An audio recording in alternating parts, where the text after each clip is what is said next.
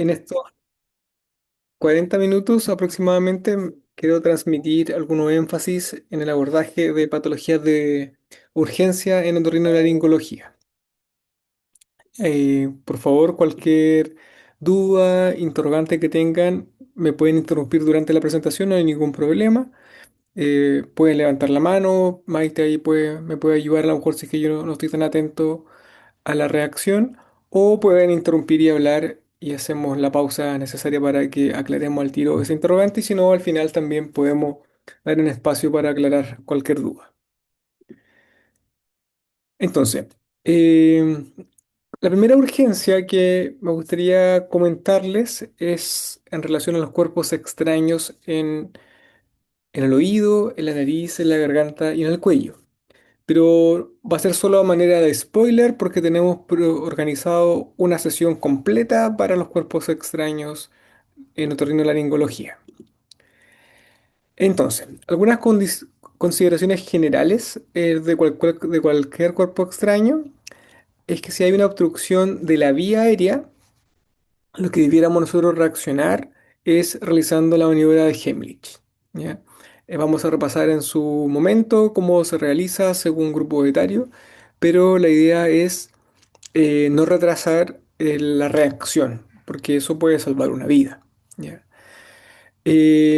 Las baterías, las pilas, ¿cierto? Aquellas que son de botón, y a eso me refiero a las pilas de un reloj, a las pilas de un audífono, a las pilas de un juguete. Cada vez usamos más baterías, no debieran retrasarse en su extracción. Las pilas podrían encontrarse en un oído, en el conducto auditivo, en la nariz, en la vía aérea o en la vía digestiva. El problema está que el material reacciona con el agua y provoca quemaduras. Entonces ahí es una real urgencia porque si llegamos tarde podríamos provocar una quemadura que podría perforar el tímpano, podría perforar el tabique, podría perforar el esófago. Son situaciones de alta mortalidad. No olvidar que en la vía aérea, eh, como parte del algoritmo diagnóstico que vamos a revisar la próxima semana, está realizar alguna imagen, pero esa imagen puede resultar normal. Y una radiografía normal no va a descartar completamente la presencia de un cuerpo extraño. Por lo tanto, ahí la anamnesis, como veíamos en la clase anterior, va a ser fundamental en aumentar la sospecha diagnóstica. Algunos cuerpos extraños tienen una fase sintomática y eso no significa que se hayan resuelto. Entonces, si yo tengo una real sospecha que hay un cuerpo extraño en vía aerodigestiva principalmente, ese niño debiera tener indicaciones de observación al menos durante un día. Y cuando sospechamos de cuerpos bronquiales van a haber signología que puede simular otras patologías. Entonces, si nosotros dejamos un tratamiento pensado en el síntoma, pero no en la etiología, podemos cometer un error diagnóstico. ¿Ya?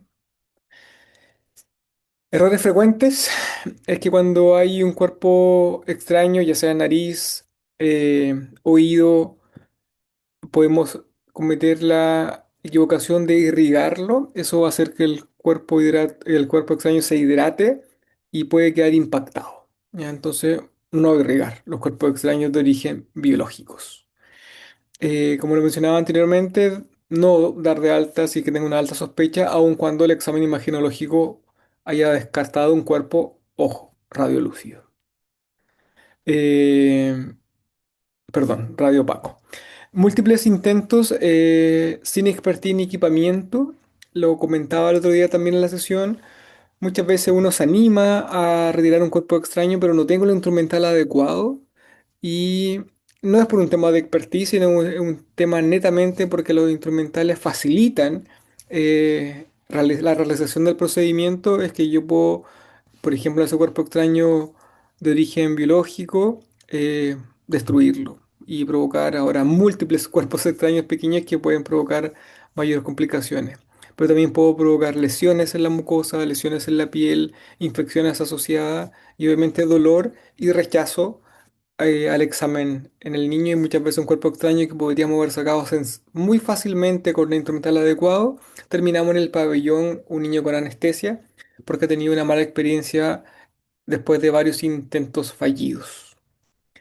Eh, a veces hay cuerpos extraños de insecto, esto vale a nivel del oído principalmente, y una forma de extracción es con irrigación, pero si yo le coloco solamente agua y ese insecto no está inmovilizado o no sé, ha logrado, o sea, si ese cuerpo, ese insecto se va a defender y va a quedar adherido al conducto o va a estrellarse contra el tímpano y va a provocar también daño. Para eso recomendamos usar vaselina o alcohol con afán de inmovilizarlo o matarlo. Eh, reforzar, sabía que una batería, una pila, ¿cierto? Es una emergencia que es hora dependiente. A modo de resumen, y solamente para cerrar este spoiler, es que cuando hay un cuerpo extraño en el oído, en el conducto auditivo externo, la otoscopía va a ser la herramienta diagnóstica. Dependiendo del cuerpo extraño, podríamos irrigar, eso es un lavado de oído. Si es biológico, no lo vamos a realizar y tendríamos que ocupar instrumental. Si es un insecto, tenemos que ocupar vaselina o lidocaína antes de su extracción. Es de urgencia media, quiere decir que si yo veo al paciente, es un cuerpo extraño inerte que no provoca sintomatología, lo puedo diferir a mañana o a un par de días para que lo vea el especialista o la persona que tenga mejor instrumental. Si hay un cuerpo extraño en la nariz, si no provoca una sintomatología que afecte la respiración, también podría ser diferido. No olvidar que si ese cuerpo extraño queda ahí por mucho tiempo, días, semanas, va a provocar una infección y también es una sospecha si es que hay rinorrea unilateral de mal olor. Pero si yo requiere sacar ese cuerpo extraño, habitualmente tengo que instrumentar y aparece ahí como beso de la madre, que es realizar un sella y alguna succión para poder crear un vacío y lograr la extracción. Es de una urgencia mediana o alta dependiendo de las características del cuerpo extraño y los síntomas del paciente. Si hay un cuerpo extraño en faringe, recuerden que la faringe comienza desde la B lingual hacia atrás, ¿cierto? Hacia abajo. Yo podría, eventualmente, si está la orofaringe, retirarlo con pinzas. Si está obstruyendo la vía aérea, también vale Heimlich en el contexto agudo.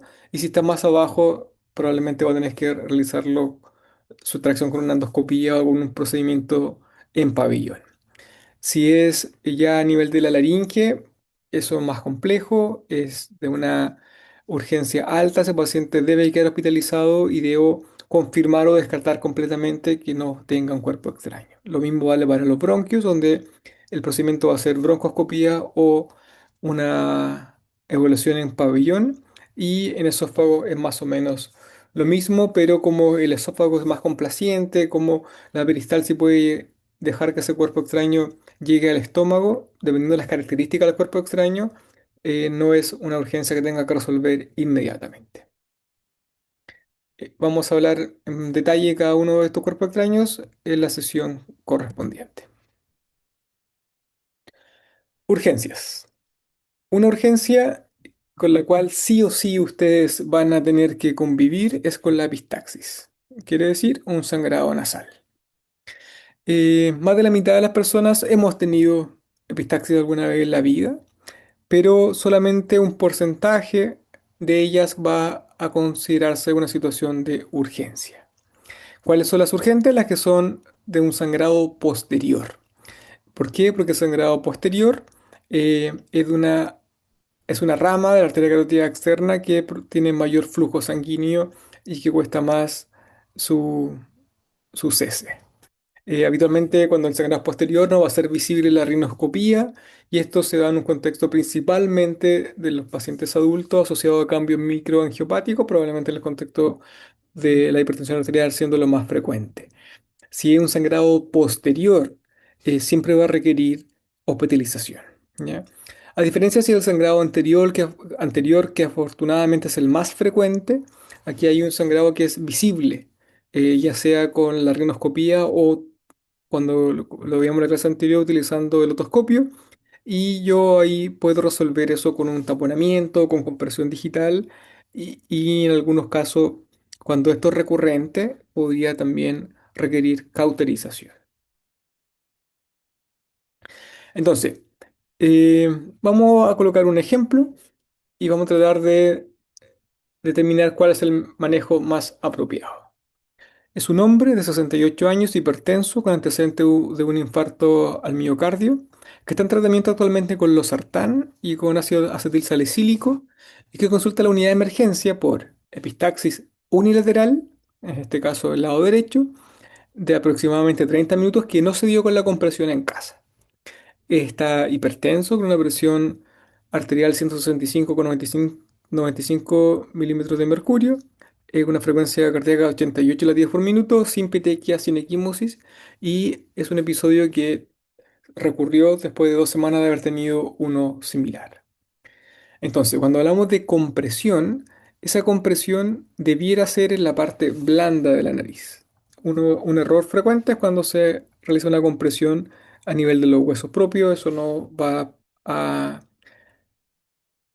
a comprimir el sitio donde efectivamente está el sangrado. Y el tiempo de compresión debiera ser el tiempo que yo espero que reaccione la hemostasia primaria. Por lo tanto, debiera ser al menos 5 minutos. Nosotros recomendamos habitualmente 10 minutos. Si requiere este paciente un taponamiento anterior, aquí elaboramos un video hace un par de años. Primero tengo que tener el instrumental adecuado. El instrumental adecuado lo voy a retroceder. El instrumental adecuado es. Aquí está el instrumental que es para tanto anterior y posterior, pero en lo particular yo necesito algún algodón, gasa o alguna otra presentación comercial de taponamiento. Aquí aparecen algodones y una pinza en bayoneta y un rinoscopio para realizar el taponamiento. Con eso, esas gasas yo las puedo, o ese algodón, lo puedo untar con algún antibiótico en ungüento para facilitar la introducción. Lo realizamos con el paciente habitualmente semisentado y introducimos el tapón paralelo al piso de la fosa nasal. Se dan cuenta que se pierde el tapón. La fosa nasal es amplia y vamos a ver la imagen lateral de ese fantomas. Un error frecuente es que el tapón queda en el vestíbulo nasal y ustedes van a ver a un paciente que tiene la nariz muy abultada producto del taponamiento. Es un taponamiento que está mal hecho. Y ustedes se dan cuenta que en este caso el médico está colocando el tapón y le cupieron sin ningún problema 3 tapones. ¿Ya? Eh, en el video siguiente vamos a ver cómo se ve la imagen lateral de cómo está realizándose el taponamiento. ¿Ya? Es fácil describirlo, es un procedimiento realmente sencillo. Lo difícil es decidir cuándo voy a realizar un taponamiento y cuándo voy a decidir retirar ese taponamiento, ¿cierto? Y probablemente en el caso que le describí anteriormente, un taponamiento anterior va a ser lo que ese paciente necesita y obviamente ajustar el tratamiento para su hipertensión arterial. Entonces, a modo de algoritmo, si hay un paciente con un sangrado activo a nivel nasal, ustedes lo van a abordar como si fuese una hemorragia. Para eso tienen que activar el ABC de la urgencia, ¿cierto? Eh, Van a realizar compresión de la parte blanda de la nariz, aparece como compresión alar, porque se llaman alas nasales, y la cabeza va a estar en posición hacia anterior para permitir que caiga la sangre y ustedes incluso pueden ahí tener un recipiente para tratar de cuantificar el volumen de ese sangrado. Error frecuente también es tirar la cabeza para atrás, eso no disminuye el sangrado y por el contrario hace que el paciente trague la sangre, que provoque mayor irritación a nivel digestivo y puede que después vomite sangre y eso nos va a generar una complicación adicional. Obviamente, cuando estoy haciendo la compresión, me da tiempo para indagar sobre datos de la anamnesis, qué medicamentos toma, si tiene alguna patología, etcétera. Y eventualmente, si es que yo pienso que el paciente va a quedar hospitalizado, podría ir avanzando con algún estudio básico de su estado general. Si el sangrado no cede, debo realizar una rinoscopía anterior y eventualmente un taponamiento anterior. Y si el sangrado persiste pese al taponamiento anterior, yo debiera escalar en el tratamiento en un taponamiento anteroposterior.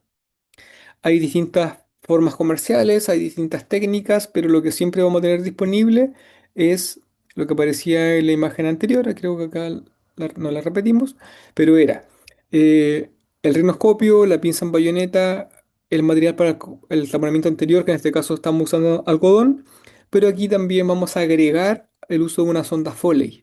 La sonda Foley va a permitir generar un verdadero tapón en la rinofaringe para evitar que la sangre escurra hacia abajo. ¿Ya? Aquí vemos el mismo fantoma, pero nos permite ver la imagen a nivel lateral, como un corte sagital, donde se introduce la sonda Foley.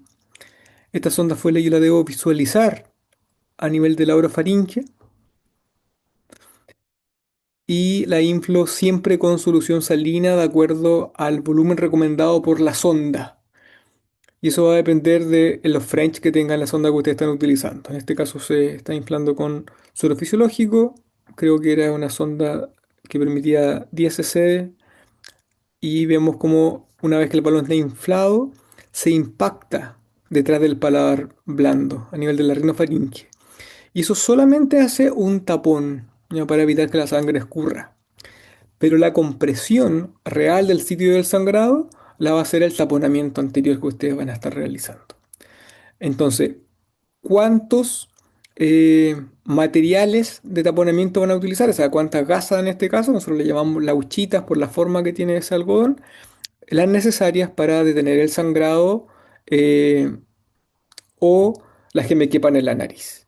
Una vez que yo ya establecí en este caso el doctor está usando un clip de cordón umbilical para evitar el desplazamiento de la sonda. Pero esa es la forma que realiza el taponamiento. Recuerden que este paciente siempre va a quedar hospitalizado y siempre debiera pensarse en retirar el taponamiento anteroposterior después de unas 48 a 72 horas en un centro donde se pudiera resolver la el sangrado pese al taponamiento ese periodo. O sea, si realizo un taponamiento anteroposterior y lo retiro, si sigue sangrando, hay que escalar el tratamiento y probablemente ese paciente va a requerir una cirugía. No quise complicar en esta sesión con eso, pero ese es más o menos el flujo recomendado de la atención de urgencia. Bien, entonces como bandera roja, si el paciente está inestable hemodinámicamente, uno asume que hay un sangrado cuantioso y debiera ocupar el algoritmo de la reanimación. ¿Ya? Entonces ahí no olviden ver cómo tiene la frecuencia cardíaca, revisar que esté despejada la vía aérea, ver cómo ese paciente está ventilando y lo van a abordar como si fuese una situación de emergencia.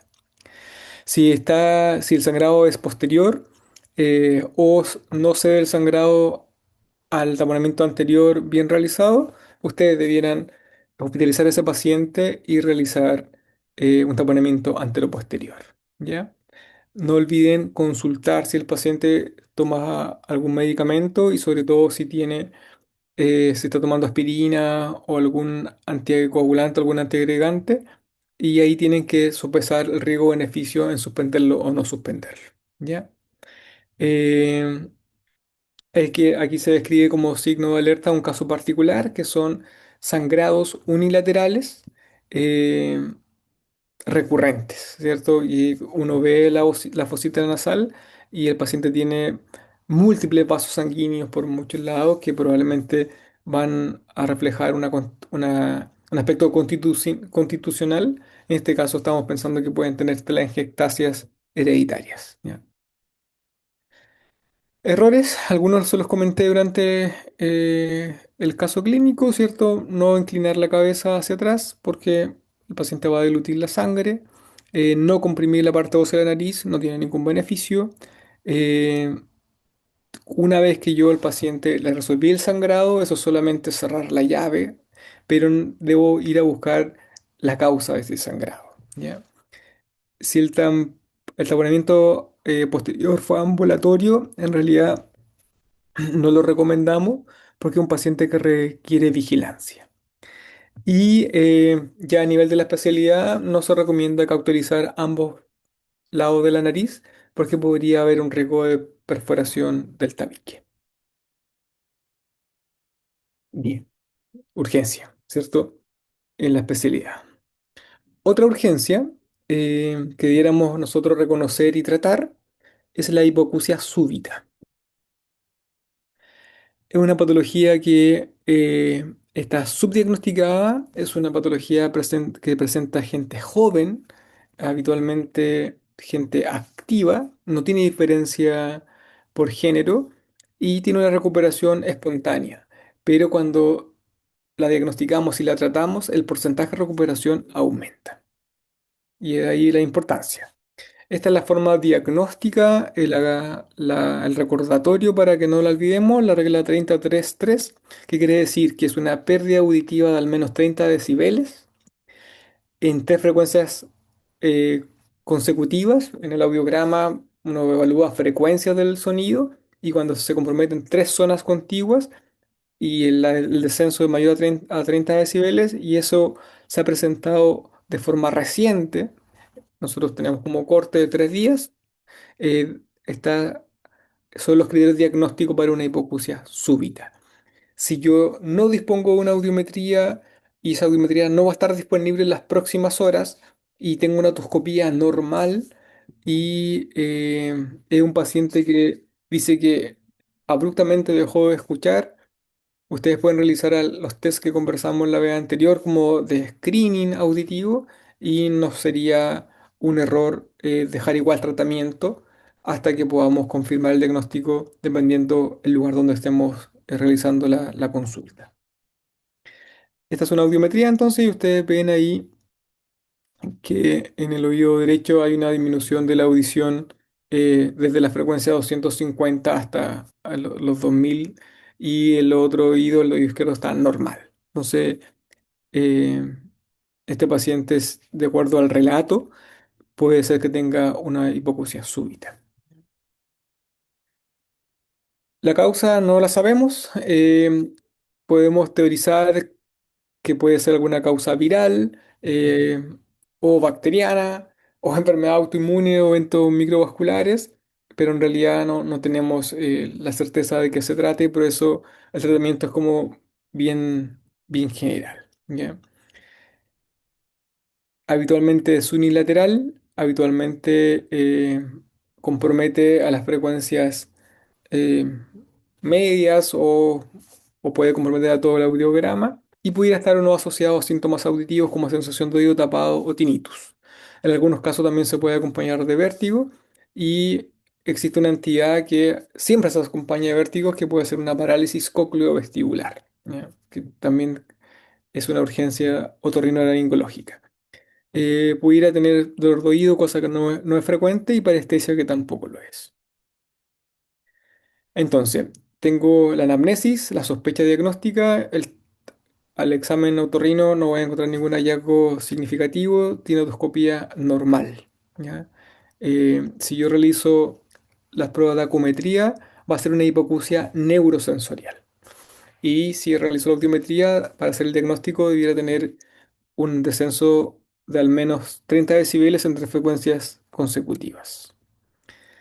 El diagnóstico, por definición, debe ser con audiometría y de forma diferida, no en el contexto de la urgencia, podría uno realizar una resonancia cerebral para tratar de buscar causas del cuadro. Sin embargo, muchas veces la resonancia va a resultar normal. El tratamiento son corticoides sistémicos, es decir, corticoides a tomar, y en paciente adulto ocupamos 1 miligramo por kilo de peso al día, con un máximo de 60 miligramos. Hay algunos artículos recientes que hablan que podría tratarse hasta con 40 miligramos a dosis máxima y tendría igual beneficio. Se dan por dosis, por toma única, habitualmente en la mañana. Recuerden que la prednisona viene en presentación de 5 y de 20, entonces nosotros le decimos habitualmente 3 comprimidos de prednisona 20 miligramos en la mañana y repita eso por 2 semanas. Ya les da tiempo a ustedes para derivar al paciente, porque debiéramos realizar una audiometría a la semana de control y si no hay mejoría o hay una mejoría parcial, lo deberíamos extender a 2 semanas. Como alternativa o también como rescate, hemos utilizado tratamiento de inyección intratimpánica con corticoides. Otros tratamientos se han probado y una vez se encuentra con mucha creatividad, pero se han probado algunos antivirales, se han probado cámara hiperbárica, se ha probado vitamina, magnesio, vasodilatadores y múltiples otros tratamientos, pero en realidad ninguno ha demostrado beneficio. En resumen, diagnóstico de alta sospecha, idealmente confirmarlo con audiometría, iniciar tempranamente corticoides. Eh, el pronóstico mejora si es que ustedes inician el tratamiento precoz y se va colocando menos auspicioso en la medida que el diagnóstico es cada vez más tardío. Si el paciente consulta después de 2 semanas, probablemente va a tener un beneficio mínimo. Entonces hay que tener una alta sospecha y acostumbrarse cuando el paciente dice que no escucha, preguntarse por qué no escucha. Ir a examinar el oído, tiene oído normal, la acumetría, cierto, el uso de diapasones me va a permitir orientarme si eso es neurosensorial o de conducción. Si es neurosensorial, tratar siempre de hacer una audiometría de manera urgente.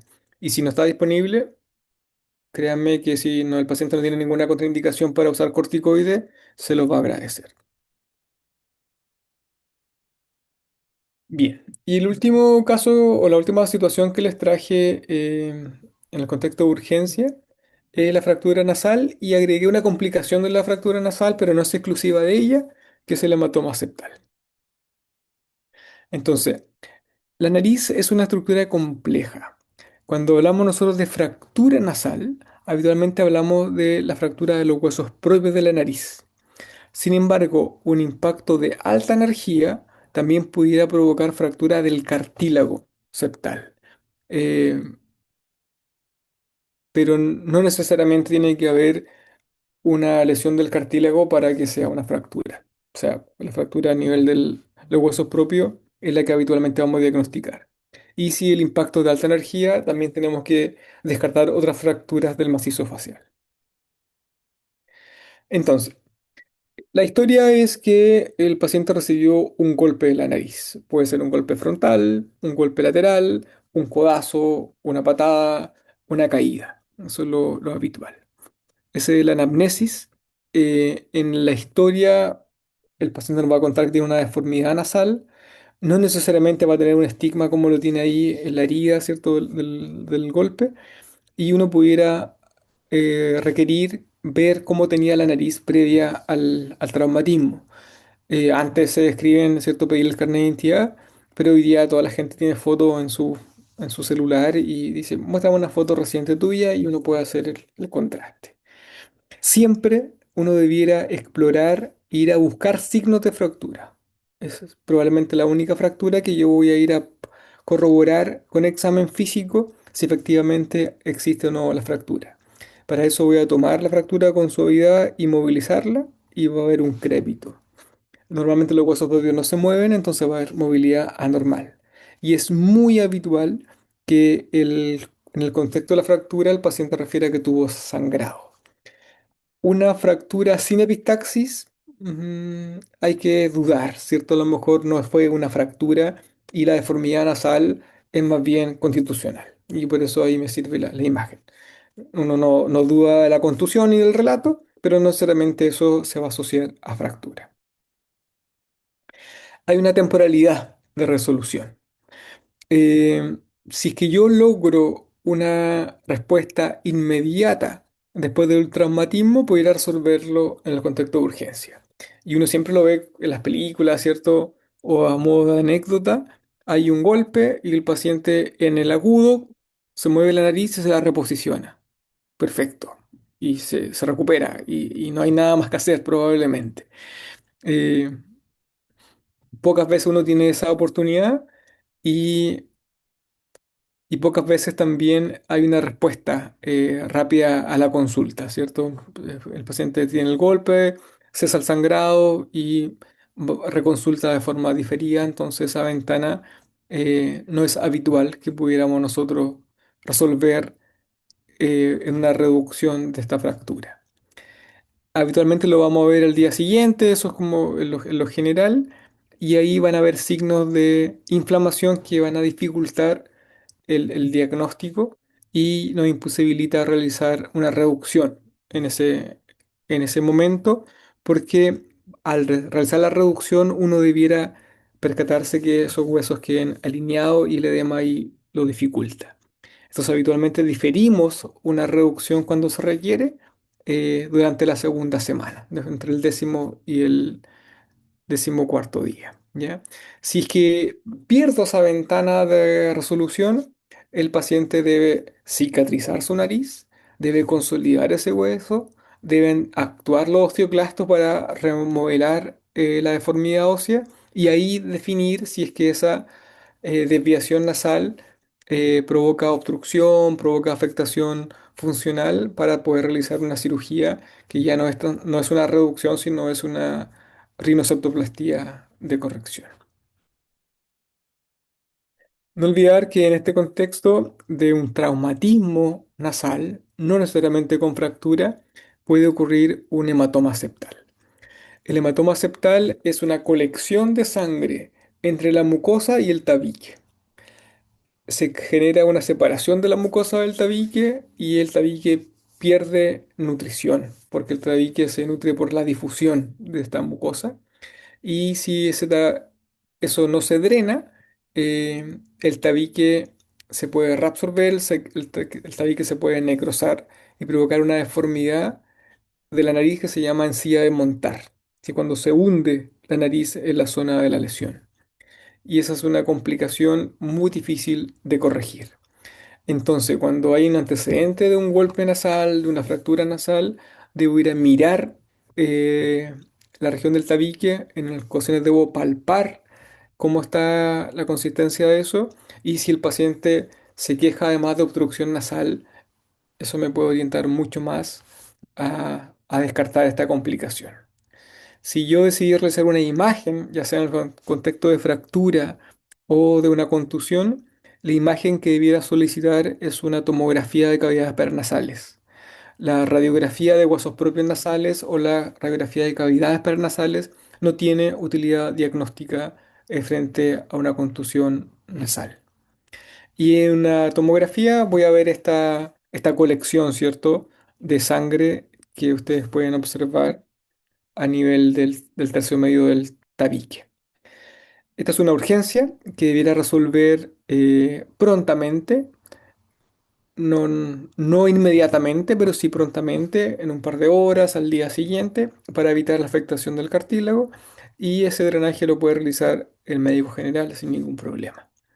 Se realiza una incisión amplia para drenar el hematoma. El hematoma a veces ya está organizado, hay que lavar con suero fisiológico, aspirar para sacar el contenido y luego realizar un taponamiento anterior para evitar que se reproduzca y no volvamos a tener la complicación que ya habíamos resuelto.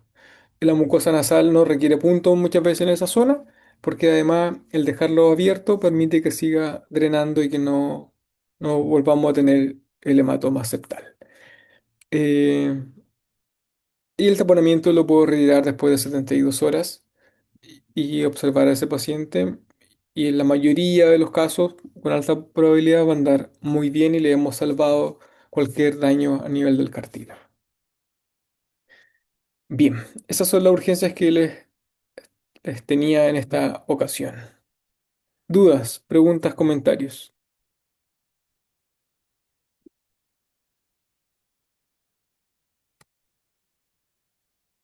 Los perdí a todos, ¿no?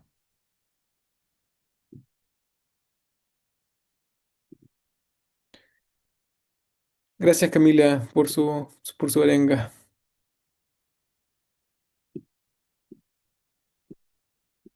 No, yo sé que están cansados, sé que un día viernes noche.